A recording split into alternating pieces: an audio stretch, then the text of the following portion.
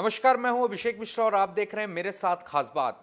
खास बात में आज आपकी मुलाकात कराएंगे 2006 बैच के आईएएस अफसर और उत्तर प्रदेश की राजधानी लखनऊ के डिस्ट्रिक्ट मजिस्ट्रेट कौशल राज शर्मा जी से। कौशल राज जी, आपको बहुत बहुत स्वागत है हमारे इस खास शो खास बात में। धन्यवाद सर, अगर राजधानी से बात शुरू करें और आपका जो परिचय कराया डीएम के तौर पर, सबसे पहला सवाल इसी से शुरू करूंगा कि एक डीएम जब राजधानी का बनता है, जिला संभालता है, कितनी बड़ी चुनौती रहती है? राजधानी होने के नाते सबसे पहले तो बहुत प्रेस्टिजियस एक ये असाइनमेंट होती है, साथ ही साथ उतना ही चैलेंजिंग भी होता है, क्योंकि जो अपेक्षाएं होती हैं यहाँ राजधानी होने के नाते वो बहुत बड़ी होती हैं। छोटी से छोटी अव्यवस्था बहुत बड़े रूप में प्रचारित की जा सकती है और बहुत बड़े लेवल पे उसमें क्रिटिसिज्म हो सकता है। तो सरकार के पॉइंट ऑफ व्यू से या जो भी लखनऊ के जो लोग हैं, जो राजधानी के लोग हैं, उनके बिहाफ पे ये बहुत बड़ा चैलेंज होता है कि हमारे यहाँ कोई अव्यवस्था छोटी छोटी ना हो जिनकी वजह से बड़ी प्रॉब्लम आ सकें। तो इसलिए छोटी से छोटी चीज़ भी बहुत सेंसिटिव हो जाती है, इसलिए जो अटेंटिवनेस की ज़रूरत है और जो एफिशिएंसी की आवश्यकता है वो बहुत कई गुना बढ़ जाती है। और यही एक चैलेंज है जो यहाँ लखनऊ में स्पेसिफिकली देखने को मिलता है बाकी 75 जिलों के कंपैरिजन में।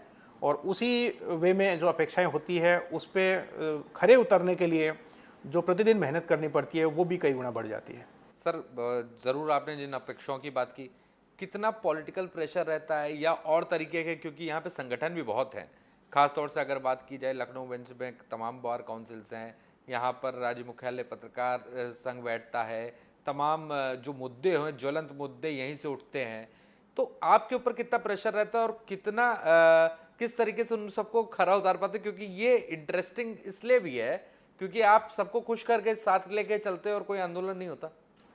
दो प्रकार की चीज़ें होती हैं। एक तो जो डिस्ट्रिक्ट की स्पेसिफिक पिक्युलरिटी है वो हमें देखनी होती है, जिसमें सारे पॉलिटिकल पार्टीज़ हों, उनके सारे हेडक्वार्टर्स यहाँ पे हैं, सबके अध्यक्ष यहाँ पे हैं, विधानमंडल के जो माननीय अध्यक्ष होते हैं या विधानमंडल के जो नेता होते हैं वे सब यहाँ के हैं। तो एक निष्पक्षता जो होनी चाहिए उसका भाव बहुत ज़रूरी है। अगर किसी में भी ये भाव चला जाए कि निष्पक्षता से कार्य नहीं हो रहा तो कहीं ना कहीं बाद में दिक्कत आती है। दूसरा, लखनऊ होने की वजह से, हेडक्वार्टर होने की वजह से तमाम ऐसे संगठन हैं जिनके हेडक्वार्टर यहाँ पे हैं। वे चाहे पत्रकारों के हों, वे चाहे मीडिया के हों, वे चाहे बार एसोसिएशंस के हों, या वे चाहे अन्य प्रोफेशनल बॉडीज़ के हों। जो व्यापार मंडल होते हैं या जो उद्योग मंडल होते हैं वे भी बड़े मुखर होते हैं। कर्मचारी एसोसिएशंस होती हैं, उनके संगठन के हेडक्वार्टर यहाँ होने के नाते वे भी बड़ी मुखर होते हैं। तो उनमें भी एक ट्रस्ट कायम होना चाहिए प्रशासन के प्रति कि एक निष्पक्षता से कार्य हो, उनकी जो बातें हैं, उनके जो मुद्दे हैं वो सही जगह पे हम लोग रिप्रेजेंट करवा सकें, उनकी जो ग्रीवांसेस हैं वो अलग अलग जगह जाके सोल्व करवा सकें। तो जो निष्पक्षता कायम रखनी पड़ती है वो एक बहुत बड़ा चैलेंज होता है। दूसरा जो इशू आता है वो डिस्ट्रिक्ट के बाहर के लोग होते हैं। डिस्ट्रिक्ट के बाहर के लोग राजधानी होने की वजह से यहाँ पे धरना प्रदर्शन के लिए आते हैं, अपनी मांगें मनवाने के लिए आते हैं। उनमें भी जो एक विश्वास का वातावरण कायम रखना पड़ता है और जो पेशेंस रख के उनकी बात सही जगह तक पहुंचाने का जो एक कार्य होता है वो करना होता है। तो वो भी अपने आप में एक बड़ा चैलेंज होता है, विशेषकर जब कभी विधानसभा चलती है या विशेषकर कभी जब कोई मुख्य दिवस होते हैं जिनमें धरने ज़्यादा किए जाते हैं, या कुछ मौसम ऐसा आता है जब ना सर्दी होती है ना ज़्यादा गर्मी होती है, उस समय ज़्यादा संगठनों के यहाँ धरने प्रदर्शन आदि होते हैं, तब ये चैलेंज ज़्यादा बढ़ जाता है कि अंदर हमारे जनप्रतिनिधि विधानसभा के अंदर मौजूद भी होते हैं या कहीं जो रूलिंग पार्टी है उनकी कार्यकारिणी बैठकें चलती हों, उस समय धरना प्रदर्शन किए जाते हैं। तो कई बार चैलेंजेस रहते हैं कि उनका जो नॉर्मल कार्य है वो भी बाधित ना हो, साथ के साथ ये धरने भी मैनेज रहें और किसी प्रकार से ग्रीवांस उनकी पहुंच सके, समस्याओं का समाधान हो सके और कोई कोअर्सिव मेजर ना लेना पड़े, क्योंकि प्रदेश की ही जनता होती है और डेमोक्रेटिक वे में आते हैं। हम लोग कोशिश करते हैं कि उनको कंटेन रख के लोकतांत्रिक तरीके से ही उनकी बात पहुंचाई जाए और किसी प्रकार से उनको भी दिक्कतें ना आए और समस्या सुनने वाले को भी दिक्कत ना आए। तो एक बड़ा चैलेंज रहता है, बहुत बड़ी टीम वर्क की इसलिए आवश्यकता होती है और हम लोग कोशिश करते हैं कि हमारी टीम उसी तरह रिस्पॉन्ड करती रहे। सर, आप ये तो रही उन चीज़ों की बात जब आप झेलते हैं, कहा जाए आपके सामने वो चुनौतियाँ रहती हैं, लेकिन इस समय जो सबसे बड़े मुद्दे चल रहे हैं, जो योजनाएं चल रही हैं, प्रधानमंत्री और योगी जी, अगर बात की जाए सीएम की तरफ से जो बातें कही गई, स्मार्ट सिटी, आप जिला राजधानी के जिलाधिकारी हैं और आपके लिए चुनौती ज़्यादा है क्योंकि यहाँ स्मार्ट सिटी बनाने के लिए जो मानकों की ज़रूरत है अभी भी कई जगह पे खरा उतरता लखनऊ नज़र नहीं आता। इसके लिए क्या तैयारी की गई और कब क्या माना जाए कि स्मार्ट सिटी की सूची में आएगा? स्मार्ट सिटी जो बनी है लखनऊ, उसमें हमारा जो चैलेंज है वो ये है कि इसमें मल्टी डिसिप्लिनरी हमारे डिपार्टमेंट्स इन्वॉल्व हैं। इसमें नगर निगम भी इन्वॉल्व है, एलडीए इन्वॉल्व है, लेसा इन्वॉल्व है, हम लोग इन्वॉल्व हैं, और शहर का जो इंफ्रास्ट्रक्चर देने वाले हैं, चाहे मेट्रो हों चाहे ट्रांसपोर्ट के लोग हों, वो सारे इन्वॉल्व हैं। तो एक जो बड़ा है इशू वो कोऑर्डिनेशन का होता है कि सभी विभाग कोऑर्डिनेट करके अपनी जो कार्य योजना है वो समय से बना लें। दूसरा, जो भारत सरकार और राज्य सरकार पैसा दे रही है उसके अलावा इन्हें खुद भी अपने रिसोर्सेज से शहर में खर्च करना है, तो वो अपने रिसोर्सेज भी उसको साइड पूलिंग कर सकें, क्योंकि वो कहीं ना कहीं दूसरी योजनाओं से कट के हमारे अर्बन जो स्मार्ट सिटी है इसकी योजनाओं पे खर्च होना है, तो अपनी प्रायोरिटाइजेशन कर लें। तो कोऑर्डिनेशन एक बड़ा चैलेंज होता है, और बड़े शहर का यही एक की फीचर होता है कि सारी एजेंसीज अगर अच्छे से कोऑर्डिनेट कर लें तो योजना अच्छे इंप्लीमेंट हो जाती है। स्मार्ट सिटी भी एक मल्टी डिसिप्लिनरी सब्जेक्ट है, जिसमें अर्बन ट्रांसपोर्ट भी शामिल है, उसमें इलेक्ट्रिसिटी का इंप्रूवमेंट भी शामिल है, रोड्स का इंप्रूवमेंट, इंक्रोचमेंट हटाना, सौंदर्यीकरण, और बाकी जो अन्य एलडीए या नगर निगम के रूटीन के कार्य होते हैं वो सब सम्मिलित हैं। लेकिन ये कोऑर्डिनेशन बन नहीं पा रहा। नहीं, अच्छी बात यह है कि कोऑर्डिनेशन लखनऊ में ठीक रहा है, अब उसका रोल आउट होना बाकी है। जो अधिकतर धनराशि विभागों को अब खर्च करनी है वो बहुत जल्दी कार्य शुरू हो रहा है। बहुत अच्छी योजना बन चुकी है और कार्य रूप लेने जा रही है, और कैसरबाग के एरिया का स्मार्ट सिटी के अंदर चाहे हम उसको रीबिल्ड कर रहे हों, चाहे हम लोग बाकी सीसीटीवी कैमरास लगाने जा रहे हों, स्मार्ट ट्रैफिक मैनेजमेंट करने जा रहे हों, जितना एरिया उसमें स्मार्ट सिटी के अंदर इंक्लूड किया गया है उसमें सभी में बहुत अच्छा कार्य होगा, और सभी विभागों की तैयारियां हो चुकी हैं, बजट्स की लगभग अवेलेबिलिटी हो गई है, और अब इसका काम बहुत जल्दी ही देखने को सामने मिलेगा।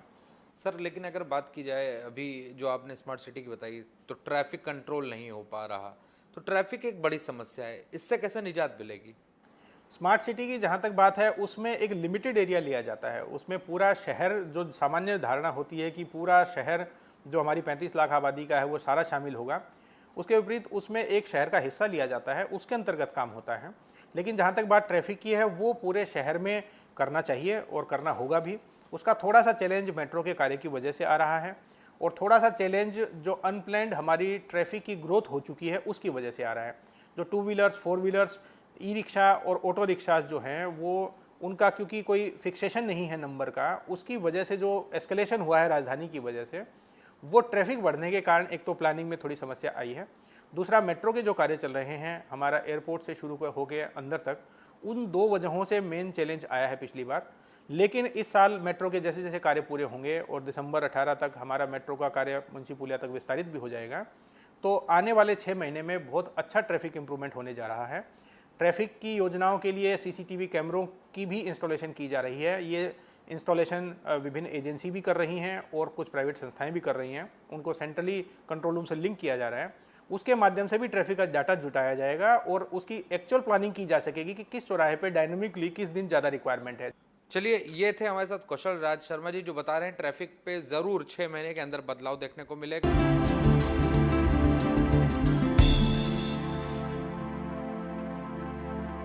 कौशल जी, अभी आपने बताया ट्रैफिक तमाम 6 महीने में सुधार हो जाएगा, लेकिन 6 महीने में सुधार हो जाएगा, लेकिन उसके लिए आप तुरंत राहत देने के लिए कोई काम नहीं कर सकते, क्योंकि आपने भी बीच में एक आदेश दिया था ई रिक्शा इतने से इतने समय तक चलेंगे, लेकिन उनका इम्प्लीमेंटेशन और एग्जीक्यूशन तो ज़मीन पे नहीं दिखा, दम तोड़ गया आपका आदेश। जो इम्प्लीमेंटेशन था उसका बेहद सक्सेसफुल ट्रायल किया गया इन्वेस्टर समिट के दौरान, और उस समय सारे विभागों का कोऑर्डिनेशन इतना ज़्यादा लेवल पे हुआ था कि हम लोगों ने प्रूव किया कि ये चीज़ें संभव हैं। पहले ये माना जाता था कि इन चीज़ों को रेगुलेट करना शायद पॉसिबल हो पाएगा कि नहीं हो पाएगा, परंतु वो चीज़ इम्प्लीमेंट की गई, और अब उसी आधार को और आगे ज़्यादा बढ़ाते हुए, क्योंकि वो तो एक लिमिटेड एरिया में हुआ था गोमती नगर में, लेकिन उसको अलीगंज, उसको महानगर और उसको पूरे के पूरे ट्रांस गोमती एरिया में और शहर के बाहरी एरिया में हम लोग उसको रेप्लिकेट करने जा रहे हैं, और अभी उसका कार्य चालू भी हो गया है। हम लोगों की ट्रैफिक प्लानिंग भी उस हिसाब से हो गई है, और बहुत जल्दी मुझे लगता है हफ्ते 10 दिन में ही इसमें चेंज आना शुरू हो जाएगा। कुछ चौराहे हैं उसकी स्ट्रक्चरल इंप्रूवमेंट भी की जा रही हैं, किसी को वाइडन करना है, किसी को छोटा करना है, किसी का डिवाइडर खोलना है, किसी का कट बंद करना है, वो भी प्लानिंग हो चुकी है, और जो अभी पैसा रिलीज़ हुआ है अवस्थापना मद में वो जारी होकर इन्हीं कार्यों पे पहले खर्च किया जाएगा, जो ट्रैफिक इंप्रूवमेंट हमारा सबसे पहला उद्देश्य है। तो नगर निगम हो चाहे एलडीए, इनकी जो इंफ्रास्ट्रक्चर डेवलपमेंट की जो किस्तें हैं वो अब अप्रैल में जो खर्च होगी वो केवल और केवल ट्रैफिक इंप्रूवमेंट के लिए होगी, और बहुत जल्दी इससे निजात हम लोगों को देखने को मिलेगी। सर, ये तो बात रही ट्रैफिक समस्या की, ट्रैफिक जो सबसे बड़ी समस्या इस समय राजधानी की, दूसरी बात करें, आजकल स्वच्छता सर्वेक्षण चल रहा है। स्वच्छता सर्वेक्षण में लखनऊ की अगर बात की जाए तो तमाम जगह ये बैनर पोस्टर तो देखने को मिलते हैं कि स्वच्छता सर्वेक्षण है, लेकिन ये सिर्फ कागज़ों पे देखने को मिल रहा है, ज़मीन पर देखने को नहीं मिल रहा। क्योंकि अभी भी कई रोडों पर कूड़े के ढेर पड़े रहते हैं, वहाँ पे सफाई नहीं होती है। डोर टू डोर कलेक्शन की अगर बात की जाए तो नगर निगम कहता है कि मैंने प्राइवेट कर दिया है, लेकिन वहाँ पे ऑल्टरनेट डेज में कूड़ा लिया जाता है। तो अभी गंदगी जो है वो बनी हुई है स्थिति। आपकी क्या जिम्मेदारी है, आप किस तरीके से इस पूरी जो समस्या है इस जिले को आप सुधारने के लिए करेंगे? लखनऊ ज़िले की बात करते हैं तो हमारी 570 ग्राम पंचायतें हैं, 8 टाउन एरिया हैं और एक नगर निगम है। इन सबको मिला के लखनऊ ज़िला बनता है। बहुत अधिक काम ग्राम पंचायतों में हुआ है, स्वच्छ भारत मिशन में भी बहुत ज़्यादा कार्य हुआ है। और आपको जान के खुशी होगी कि लखनऊ ऐसा ज़िला है जिसने इस साल के टॉयलेट बनाने का लक्ष्य 100% कंप्लीट कर लिया है। पिछले एक साल में 34,000 शौचालय लखनऊ में बने हैं। हालांकि अभी हमें और भी 1 लाख करीब शौचालय बनाने हैं, लेकिन हमारी पूरी कोशिश है कि लखनऊ पूरे के पूरे ग्रामीण डिस्ट्रिक्ट को हम लोग ODF मुक्त घोषित कर सकें और सारा का सारा ओपन डिफिकेशन हमारा वहाँ पे फ्री हो सके। टाउन एरियाज़ में थोड़े से कंस्ट्रेंट थे, नगर निगम में और भी ज़्यादा कंस्ट्रेंट थे। वहाँ पे जहाँ तक स्वच्छ भारत मिशन की बात है, बहुत लिमिटेड अभी काम हो पाया है। कुछ तो धनराशि जो लिंकेज होती हैं उनकी व्यवस्थाओं में क्लैरिटी ना होने की वजह से, और कुछ हमारा इश्यूज़ रहा जोनल लेवल पे, जो जोनल लोगों को लीडरशिप लेनी चाहिए थी वो थोड़ा सा उसमें चैलेंज रहा। लेकिन अब उसमें भी मोमेंटम एक महीने से पिकअप हुआ है और जितना भी कार्य होना था स्वच्छ भारत मिशन में वो लगभग अपना पूर्ण हुआ है। लेकिन आने वाले साल में चैलेंज ये होगा कि उसको और भी अधिक स्केल पे ले जाना होगा। स्वच्छता जो सर्वेक्षण होता है उसमें कई पैरामीटर्स होते हैं, जिसमें ओपन डिफिकेशन भी होता है, जिसमें साफ़ सफाई भी होती है, जिसमें पब्लिक की जागरूकता भी होती है, डोर टू डोर कलेक्शन भी होता है, और कलेक्शन जो किया हुआ कूड़ा होता है उसका डिस्पोजल भी होता है। उन रैंकिंग्स में लखनऊ पिछले साल तो बहुत ही ज़्यादा खराब था। हमारा मानना है कि लखनऊ का जो स्वच्छता सर्वेक्षण हुआ है उसमें लखनऊ की रैंकिंग बहुत ज़्यादा आगे होगी, लेकिन फिर भी जो 1 साल में कार्य करना था वो लगभग हम उस लेवल तक नहीं पहुंच पाए। नगर निगम इलेक्शन भी उसका एक मेजर कारण है कि पूरी कार्यकारिणी बदली, 3-4 महीने इलेक्शन में भी लगे। उसके बाद जो नया गठन हुआ है उन सभी पार्षदों को, ऑनरेबल मेयर को और नई पूरी की पूरी टीम है उसको चार्ज लेने में बहुत कम टाइम मिला, और उसकी वजह से जो अपेक्षित रिजल्ट है शायद वो ना आ पाए। लेकिन फिर भी पिछले साल की कंपैरिजन में बहुत इंप्रूवमेंट हुआ है, और अब अप्रैल से ही इसकी तैयारी शुरू की है। आपने देखा भी होगा कि मेयर साहब भी पूरे मार्च में लगे रहे, और अप्रैल से ही उसका अगर हम प्रयास करेंगे तो आने वाले 1-2 महीने में उसमें भी इंप्रूवमेंट होगी। कुछ इश्यूज़ जो प्राइवेट एजेंसी है इको ग्रीन जिसको इंगेज किया गया था उसके साथ हुए थे, लेकिन वो भी लगभग रिजोल्व कर लिए गए हैं। कुछ इंटरनली उसमें प्रॉब्लम्स आ गई थी, और कुछ वहाँ पे जो पावर प्लांट शुरू होना है उनके कुछ इश्यूज़ आ गए थे, लेकिन अब उनका भी MOU साइन हो गया है। अब वो कूड़े से बिजली बनाने का संयंत्र उनका बहुत जल्दी चालू हो रहा है। उनके जो इक्विपमेंट्स आने थे वो आ गए हैं, जितने उनको एक्स्ट्रा व्हीकल्स लेने थे वो ले लिए हैं। कुछ मैन पावर वो बढ़ा रहे हैं, और कुछ अच्छे सुपरवाइजर्स भी ला रहे हैं जो यहाँ पे डोर टू डोर कलेक्ट करा सकें। तो डोर टू डोर कलेक्शन का काम और बढ़ेगा। अब नगर निगम में और गांव भी शामिल होने जा रहे हैं, बहुत जल्दी गवर्नमेंट का नोटिफिकेशन आ रहा है जिसमें आसपास के कुछ और गांव जुड़ने वाले हैं। साथ ही LDA ने भी अपना कुछ एरिया नगर निगम को ट्रांसफ़र किया है। तो कई जगह ये प्रचारित होता था कि नगर निगम सफाई करता है, जबकि वास्तविकता में वो गांव होते थे। तो वो भी दुविधा अब समाप्त हो जाएगी। यूनिफॉर्मिटी से पूरे के पूरे नगर निगम में सारे शामिल हो जाएंगे, तो कहीं ना कहीं हमें इससे भी निजात मिलेगी कि हम लोग उस एरिया में जो परसेप्शन रहता था वो चेंज हो। हालांकि अब जो टीम और बनाई जा रही है, कुछ और ऑफिसर्स भी नगर निगम में मांगे जा रहे हैं और बहुत ही जल्दी शासन के द्वारा उपलब्ध भी कराए जाएंगे। तो हमारी पूरी कोशिश है कि लखनऊ जो राजधानी के लेवल की सफाई हो और राजधानी के लेवल का स्वच्छता हो, वो बहुत जल्दी लखनऊ अचीव कर सके। सर, एक लखनऊ एक्सपेंशन जैसे आपने बताया हो रहा है, गाँव लिए जा रहे हैं, लेकिन लखनऊ राजधानी देखा जाए तो शहरी क्षेत्र बढ़ता जा रहा है। उसको लेकर आपकी क्या प्लानिंग है? आपने उसके लिए भी सोचा, क्योंकि जिला आपका बढ़ता जा रहा है। लखनऊ के जो गांव हैं वो जल्दी जल्दी शहर में शामिल हो रहे हैं, और गांव और शहर की जो बीच की जो जगहें थी वो जल्दी जल्दी पूरी की जा रही हैं। कुछ अनप्लैन्ड कॉलोनीज़ उसमें डेवलप हो गई हैं। LDA बहुत इसमें इम्पोर्टेंट स्टेप लेने जा रहा है कि इन अनऑर्गेनाइज कॉलोनीज़ को कैसे ऑर्गेनाइज कराया जाए।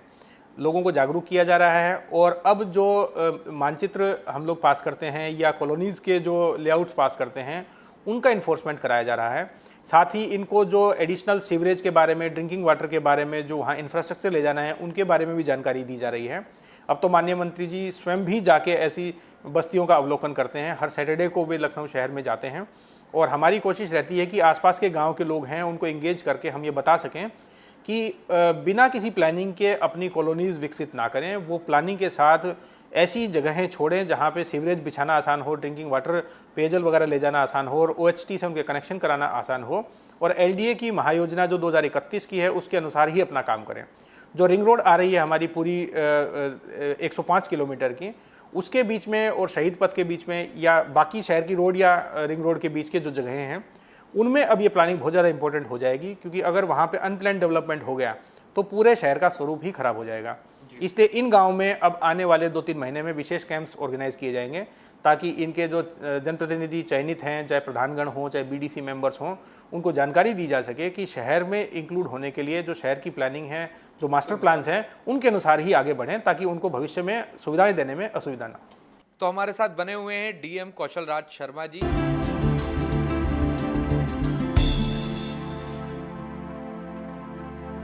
सर, ये तो बातें तमाम रहीं कि किस तरीके से लखनऊ का सौंदर्यीकरण होगा, स्मार्ट सिटी बना रहेगा और स्वच्छता में क्या काम रह गया है वो आपने बताया।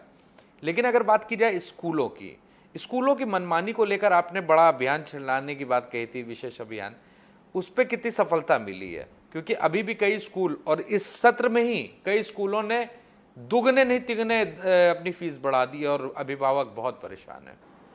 प्राइवेट स्कूल्स को टेम करना और उनको रेगुलेट करना एक बहुत बड़ा चैलेंज है, और मुझे लगता है उत्तर प्रदेश में ही नहीं कई प्रदेशों में ही ऐसा चैलेंज है, क्योंकि हम लोगों के कलीग्स हैं वो हरियाणा के पास जो गुड़गांव है उनके NCR के क्षेत्र में या राजस्थान में या मध्य प्रदेश में, वे भी सामान्यतः इस बात का जिक्र करते हैं कि प्राइवेट स्कूल्स को रेगुलेट करने के हमारे पास बहुत कम इंस्ट्रूमेंट्स हैं।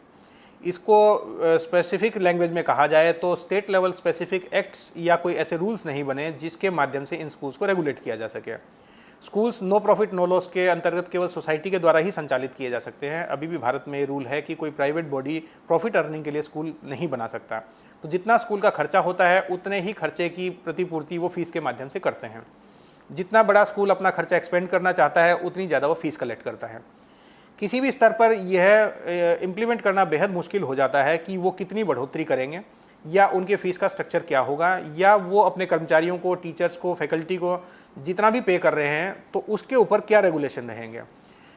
विभिन्न समय में अगर इनको रेगुलेट करने की कोशिश भी की गई, जैसे पिछले सालों में लखनऊ में भी प्रयास हुए, कानपुर में भी प्रयास किए गए थे, उसका रिजल्ट ये हुआ कि इन स्कूल्स ने कोर्ट्स में रिट याचिकाएं की और ऑनरेबल कोर्ट्स ने ये क्वेश्चन किए कि किस नियम के तहत हम इनको रेगुलेट कर रहे हैं। क्योंकि कोई नियम नहीं था, इसलिए सामान्यतः ये डिस्करेज किया गया कि हम लोग इसमें इंटरफेयर ना करें। अदरवाइज बहुत बड़ा स्कोप है, क्योंकि एक एडमिशन है वही अपने आप में बहुत एक अपने आप में बड़ा एरिया है। ये जो रेगुलेट नहीं करने का जो नियम नहीं है, जो कानून नहीं है, उसकी जो कमजोरी है उसका फायदा उठाते हैं ये, अब मनबड़ बन गए।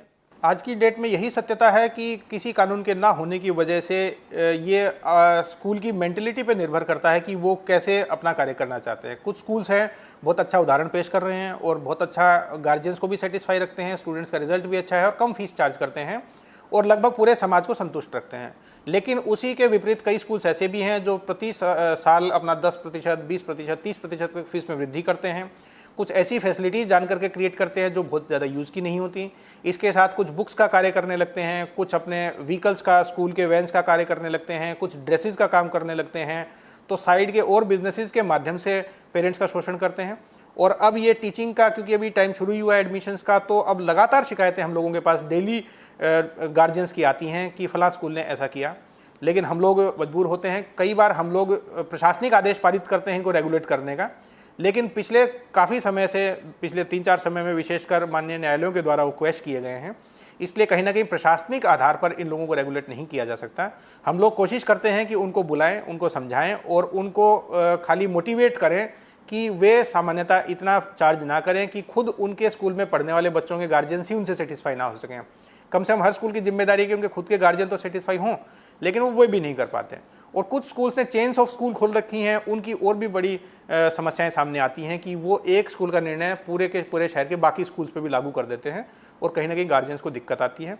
बहरहाल जो प्रशासन के सामने समस्याएं हैं वो ये हैं कि स्पेसिफिक रूल या रेगुलेशन ना होने की वजह से इम्प्लीमेंटेशन मुश्किल है, और अगर इम्प्लीमेंटेशन करने की कोशिश की जाती है तो कोर्ट्स के आदेश बीच में आ जाते हैं और अननेसेसरी लिटिगेशन में प्रशासन को उलझना पड़ता है। इसलिए ये विवेक स्कूल्स पे ही छोड़ दिया गया है, या पेरेंट्स गार्जियंस की जो पेरेंट्स टीचर्स कमेटी होती है उन्हीं पे छोड़ दिया है कि वे किस तरह रेगुलेट करते हैं। कोई क्रिमिनल शोषण किसी का करता है या किसी को हैरेस करता है, परेशान करता है, उसकी हम लोग कार्रवाई करने की कोशिश करते हैं। या कहीं टैक्स चोरी का मामला सामने आता है कि ड्रेसेस में या बुक्स में कहीं टैक्स चोरी की जा रही है, बिना बिल्स के बेचा जा रहा है, उसमें हम लोग इंटरवीन करते हैं। स्कूल्स की रिसीट नहीं दी जा रही हैं फीस चार्ज करने के बाद, उसमें हम लोग इंटरवीन करते हैं। लेकिन ये जो बढ़ोतरी का फैसला है इसमें बहुत लिमिटेड स्कोप है, इसलिए इनकी प्रभावी कार्रवाई नहीं हो पाती है। सर, मुख्यमंत्री ने अभी गो समितियां बनाई थी जो आप लोगों की अध्यक्षता में चल रही थी। लखनऊ में उसका क्या काम चल रहा है और कितनी उपलब्धि हुई? लखनऊ में हम लोगों ने ग्रामीण स्तर पे इसका काम प्रारंभ कर दिया है। हम लोगों ने हर ब्लॉक में 10 ऐसे गांव चिन्हित किए हैं जहां पे चरागाह की ज़मीनें बहुत ज़्यादा हैं।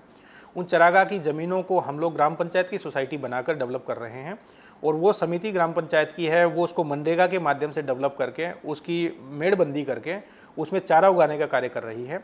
और वो चारा फिर वहाँ पे चाहे पशु हम उन चरागाह में छोड़ें या वो चारा ग्राम पंचायत यूज़ कर सके, ऐसा कोई मॉडल डेवलप करने की कोशिश की जा रही है। और ये समितियों का गठन हर ब्लॉक में 2-2, 3-3 हो चुके हैं। हमारी कोशिश है कि हर ब्लॉक में कम से कम 10 हों, तो करीब लखनऊ में 80 समितियाँ 80 गाँव में देखने को मिले। अभी जो मेन समस्या है वो ये है कि गांव में पशुओं की संख्या इतनी ज़्यादा बढ़ गई है कि वो कृषि में जा के इंटरवीन करके अपनी खेती को ख़राब कर रहे हैं, जिसमें किसानों में असंतोष है। इन जानवरों को कंटेन करने के लिए और उन किसानों को भी इंगेज करके हम लोगों ने समितियां बनाई हैं, और हमारा विश्वास है कि आने वाले समय में गर्मी के महीने में अब पूरा उसमें हम लोग चारा बोएंगे, और बारिश के मौसम में जब वो चारा हरा हो जाएगा तो गांव के पशुओं को वहाँ पे कंटेन किया जा सकेगा और वहाँ पे जानवरों का संवर्धन हो सकेगा। सर, आप लोगों ने पिछले अगर बात की जाए, जिला प्रशासन ने एक अभियान चलाया था अमीनाबाद और ऐसी बाज़ारों में जो अतिक्रमण है उनको हटाया जाए, लेकिन अतिक्रमण और वहाँ के जो ये व्यवसायी हैं और जो संगठन है उनके आगे घुटने टेक दिया गया, अतिक्रमण आज भी हो रहा है। इसमें एक बहुत बड़ा अच्छा इनिशिएटिव लिया गया था माननीय नगर विकास मंत्री जी के द्वारा, जिसमें सारे शहर के माननीय विधायकगण शामिल थे, सारे शहर के व्यापार मंडल के लोग शामिल थे और प्रशासन के लोग शामिल थे। उनमें सब में सहमति बनी थी कि सारे मार्केट्स के इंक्रोचमेंट्स हटा दिए जाएं, क्योंकि उसका सबसे बड़ा फ़ायदा मार्केट के ट्रेडर्स को ही है।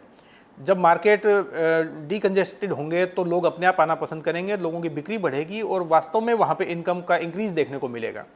ये धारणा जो होती है कि इंक्रोचमेंट की वजह से जो भीड़ दिखाई देती है वो वास्तविक खरीदारी वाली भीड़ नहीं होती है। डीकंजेशन का जो निर्णय हुआ था उसके जो शेड्यूल तय हुए थे उसमें अमीनाबाद कैसरबाग का एरिया मार्च में कवर किया जाना था, और अब बाकी एरियाज़ में भी हम उसको एक्सपेंड कर रहे हैं।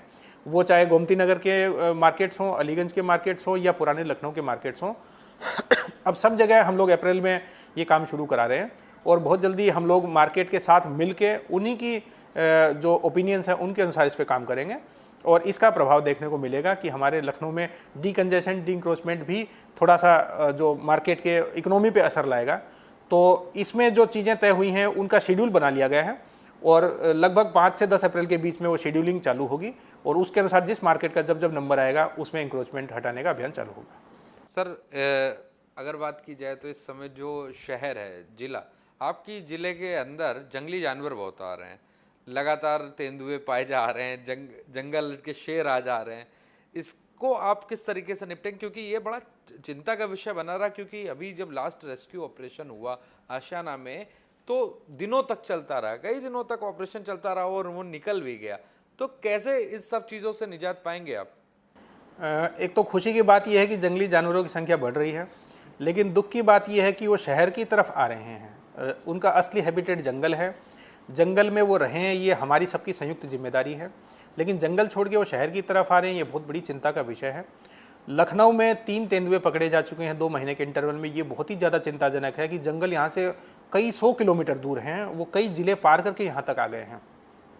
इसको देखने के लिए वन विभाग ने बहुत हायर लेवल की एक स्टडी टीम भी बनाई है, और इसमें वन विभाग के सीनियर लोग इंक्लूड हैं, और ये पूरा ट्रेस किया जा रहा है कि यहाँ तक उनका ट्रेल कैसे आ गया। हम लोगों का जो प्रयास है वो ये है कि कुछ स्पेशलाइजेशन हम लोग डेवलप करवा रहे हैं वन विभाग में, कुछ ट्रैंक्विलाइजिंग गन और कुछ एक्सपर्ट्स हम लोग शामिल करवा रहे हैं। हम लोगों का प्रयास ये है कि लखनऊ में जो बेसिक तैयारी होनी चाहिए, इसमें एक्सपर्ट्स बढ़ाने की, कुछ ट्रैंक्विलाइजिंग गन लेने की, कुछ पिंजरे और कुछ व्हीकल्स लेने की, कि रेस्क्यू इनका तुरंत समय पे हो सके।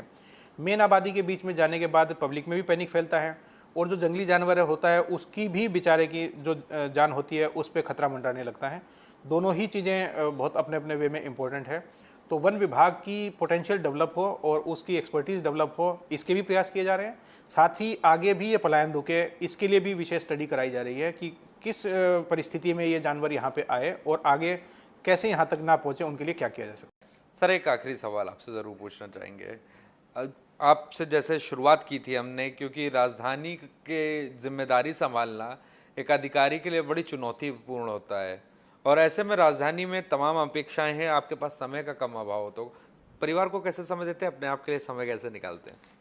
ये बहुत मुश्किल है कि हम लोग परिवार को समय दे सकें। जो वर्क लाइफ बैलेंस होता है कहीं ना कहीं ज़्यादा डिस्टर्ब रहता है और हम लोग इसको एडमिट भी करते हैं, लेकिन हम लोग खुशकिस्मत है कि परिवार का बहुत ज़्यादा सपोर्ट रहता है और परिवार में चाहे हमारा बेटा हो, चाहे वाइफ हो, चाहे पेरेंट्स हों, उनकी अनावश्यक एक्सपेक्टेशन नहीं रहती है कि हम लोग हर जगह उनके साथ रहेंगे। सामान्यतः फ़ोन पे या जब कैंप ऑफिस पे होते हैं तभी कम्युनिकेशन हम लोग पर्याप्त कर लेते हैं। रात को जब फ्री होते हैं तो कोशिश करते हैं कि समय उनके साथ ही गुजारें, उनके स्कूल का हालचाल, स्पोर्ट्स का हालचाल या परिवार की जो आवश्यकताएं होती हैं उनका हालचाल लें। मुख्य समस्या तब आती है जब पारिवारिक आयोजनों के टाइम छुट्टी नहीं मिल पाती। रिश्तेदार विशेषकर नाराज़ होते हैं कि समय पे उनके यहाँ पे हम लोग खड़े नहीं हो पाते उनके पारिवारिक कार्यक्रमों में। शहर में हम लोग अधिकतर समय देने का कोशिश करते हैं कि किसी भी प्रेमी जन के यहाँ कोई कार्यक्रम हो, हम लोग ऑफिशियल ड्यूटी समझ के उसको पहुँचें, लेकिन दूर दराज जहाँ हमारे रिश्तेदार निवास करते हैं वहाँ पे हम लोग नहीं पहुँच पाते। लेकिन वे भी समझते हैं कि जो प्रदेश की सेवा है, जो शहर की सेवा है और जो कहीं ना कहीं देश की सेवा है, वो ज़्यादा महत्वपूर्ण है और सर्विस में हम लोग आए हैं तो उनका वो भाव हो कि हम लोग पहले देश और प्रदेश को माने, उसके बाद परिवार को माने, तो उनका सहयोग रहता है, इसलिए कभी ये फील नहीं होता है। तो ये थे हमारे साथ कौशल राज शर्मा जी, जिन्होंने बताया कि किस तरीके से लखनऊ को स्मार्ट सिटी बनाने के लिए काम हो रहा है, कितनी ज़रूरतें बाकी हैं, स्वच्छता के लिए क्या कमी आई और कितना काम पूरा हुआ, और आपके लखनऊ को कब तक सुधारा जाएगा, संवारा जाएगा, ये बताया जिला अधिकारी कौशल राज शर्मा ने। अगली बार आपकी मुलाकात कराएंगे एक और शख्सियत से। फिलहाल हमें और हमारी टीम को दीजिए इजाजत, और देश और दुनिया की खबर देखने के लिए देखते रहिए लाइव टुडे।